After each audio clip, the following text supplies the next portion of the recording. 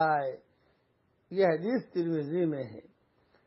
ظہر سے پہلے کی 4 رکعت سے مراد 4 رکعت سنت مؤکدہ ہیں، اور بعض علماء کے نزدیک زوال کے بعد یہ 4 رکعت ظہر کی سنت مؤکدہ کے علاوہ ہیں۔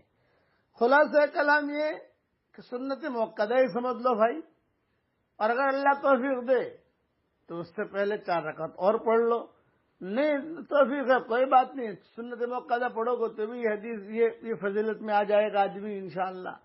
لیکن یہ کہ یہ وقت آسمان کے دروازے کھلنے کا ہوتا ہے، آسمان کے دروازے جب کھل جائیں سمجھ لو کہ بہت بڑی چیز ہے۔ جیسے بعض دعاؤں کے سلسلے میں آتا ہے کہ وہ پڑھتے ہی جو آسمان کے دروازے کھل جاتے ہیں۔ پڑھو میرے ساتھ، اللہ اکبر کبیرا والحمد للہ کثیرا وسبحان